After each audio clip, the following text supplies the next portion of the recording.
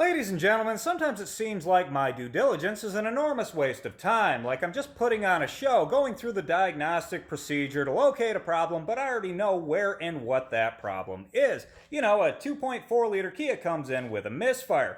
Better switch some coils around and check codes. You know it has oil consumption and burnt valves. I know it has oil consumption and burnt valves, but I've got to go through the steps. Here it is, watch my show. Oil consumption, burnt valve. Lovely, isn't it? Or this thing right here, Rust Belt GMC Denali that's lost all of its refrigerant. Those of you who live in the Rust Belt probably know this one, but for those of you who don't, here in the Rust Belt they have problems with the rear AC lines. There's no corrosion protection. It's going to need rear AC lines. But I've got to pull out the sniffer, hook up the gauges, and go through the whole damn thing. You see what I'm driving at here? There's a Toyota in the garage. Why would that be? These things are supposed to be indestructible. They're famously reliable. Well, maybe it's because even the most maintenance-focused Toyota drivers really only change their oil and spray some greasy stuff underneath of it occasionally to keep them from rusting. So every bushing, seal, and joint underneath of it is cooked. Then, of course, I have to go underneath of it with a pry bar and eat a bunch of decaying Japanese metal so I can prove to the Toyota driver that movement equals erosion, even in Toyota land.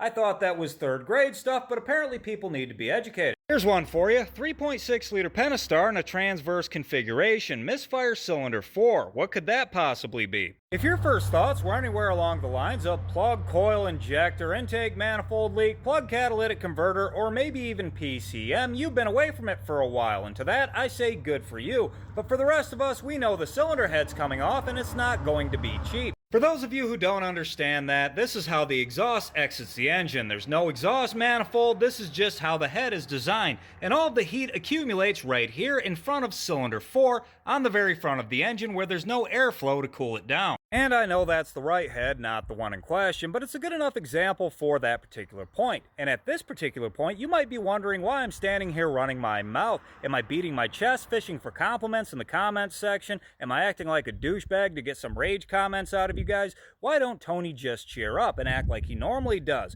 I am alone in this garage, and I really don't have anyone to cheer me up except for Papa Smurf over there, and he's not in the best mood. I mean, look at him over there, giving me his big buggy side eye, acting like he's too cool to hang out with me. With Papa Smurf just sitting around over there complaining about his lower steering shaft, I was kind of hoping you guys would cheer me up. When's the last time due diligence has really paid off for you? It's been a minute for me. Have you ever had a smoke screen behind an EcoBoost and had it not be a turbo? Has there ever been a 2.4 liter Equinox in your garage with a rattle and it turned out to be a heat shield and not oil consumption leading to a loose timing chain?